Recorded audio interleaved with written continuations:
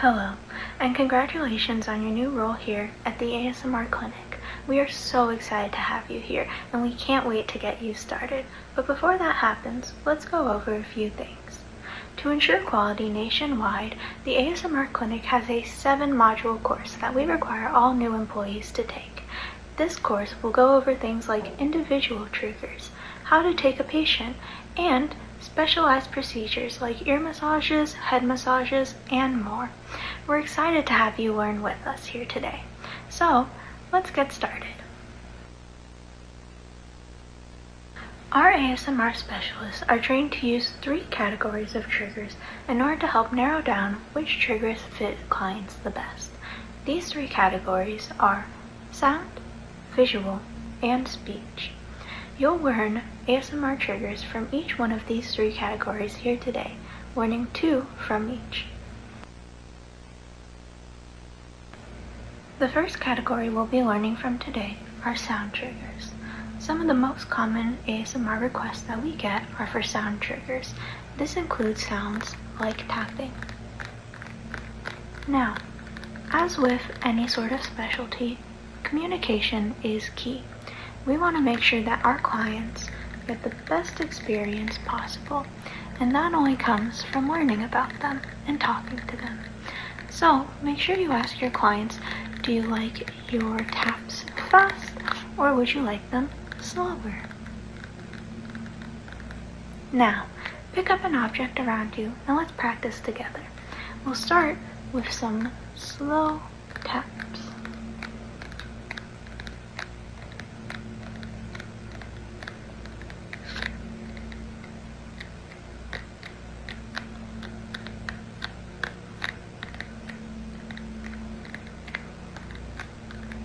Additionally, it's okay if your taps sound different from mine right now. Using different materials will elicit different sounds, and that is something fun you can also incorporate in your sessions with your clients.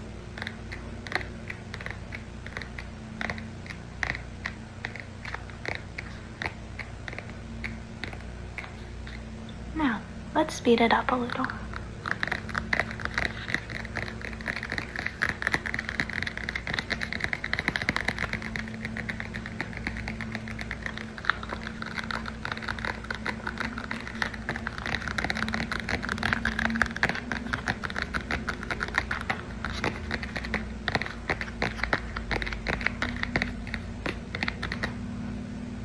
Congrats! You've now learned one new trigger that you can use in your sessions. As one of our ASMR specialists, you will be given a set of tools to use for your ASMR sessions. One of the tools included will be a pair of scissors.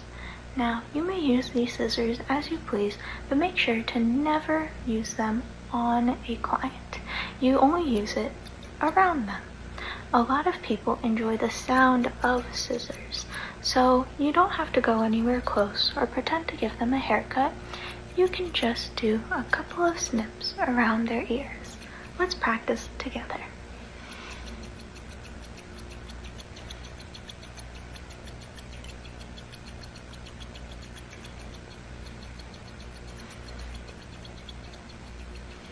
Of course, if you'd like to understand if your client enjoys visual triggers as well, feel free to incorporate some physical movements. You can pretend to cut their hair, of course never touching the client. You can pretend to take some of their energy and snip it away. Or, as I mentioned, you can just keep making the scissor noises. A lot of our squeamish clients enjoy just hearing the scissors. Make sure you don't get it too close to their face, like this. That would not be professional and would be an act of bad conduct.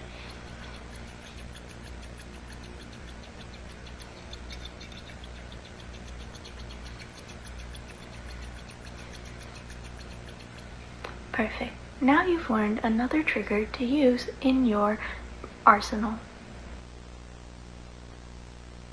Now that we've learned more about sound triggers that you can use for your ASMR sessions, let's learn about visual triggers.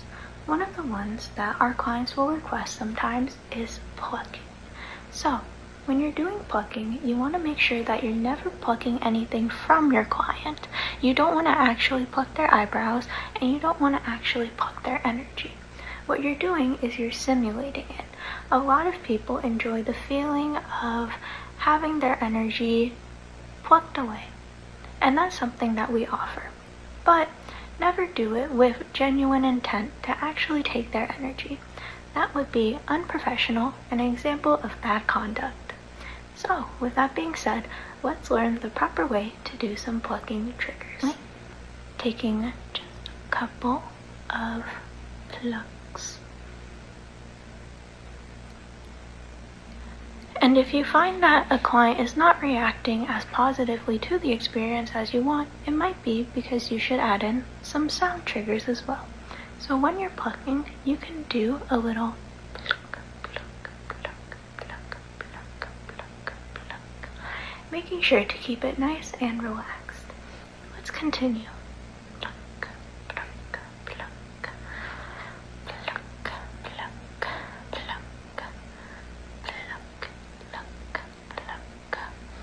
pluck, pluck, pluck, pluck, and let me just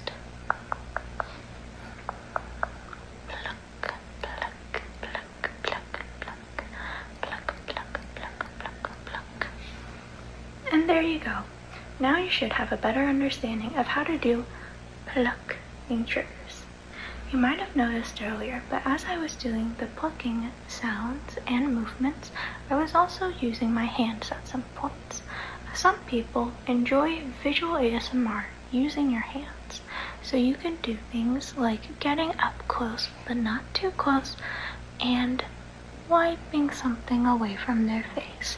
Of course, you don't ever have to actually touch the client. A lot of them would prefer if you didn't actually.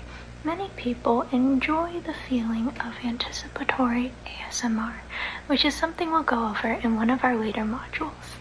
Anticipatory ASMR includes getting really close to triggering some sort of ASMR response, a tingle if you will, but they never follow through. And hand movements are especially important for this type of ASMR, so let's practice together.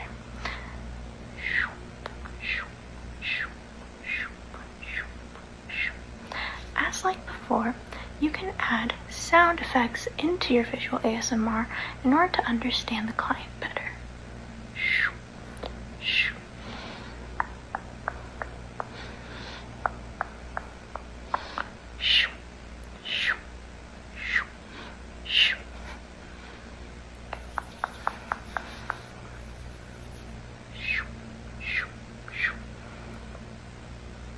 Sometimes it might help to imagine that there's an energy field around your client, and imagine that you can fluff it up, or you can pluck from it, or maybe you just want to kind of stir it around a bit and pull a little bit, but not fully pluck. There's many options for you to do when it comes to visual ASMR, so I hope you've learned something new, and we'll continue on to our next trigger. Our final category of ASMR triggers that we'll be going over will be speech triggers. Now, I'm talking right now in a softer voice, not fully whispering. For these triggers, what I want you to practice is your whispering. So I want you to whisper the following words with me. Tingle, tingle, tingle, tingle, tingle, tingle. Relax, relax, relax, relax, relax, relax. Get some tingles in your system and relax, relax, relax. You want to fall asleep with these tingles and this relaxation. Now, that's one way that you can do speech triggers, but another way is by incorporating some of your own unique personality. Use words that you think you say uniquely, or you can even speak in a different language if you happen to know one. So, for example, I know Tagalog, and I would say things like maybe, anong gusto mo kainin? Anong gusto mo kainin? Anong gusto mo kainin? Anong gusto mo kainin? Anong gusto mo kainin? Anong gusto mo kainin? Feel free to get a little out there with it. We want you to express yourself as much as you're comfortable, and we want you to bring your clients the best experience. And that comes from being yourself. So, with that being said, let's practice some words together. Tingle, tingle, tingle. Tingle, tingle, tingle. Tingle, tingle, tingle. Wala, wala, wala, wala. You can change the types of consonant sounds that you're making in order to elicit different types of tingles or relaxation. Sometimes words with a lot of consonants together sound a lot more tingly to people because they can hear the clicking of your tongue when you make the noise. So, try it with some words that use a lot of consonants, like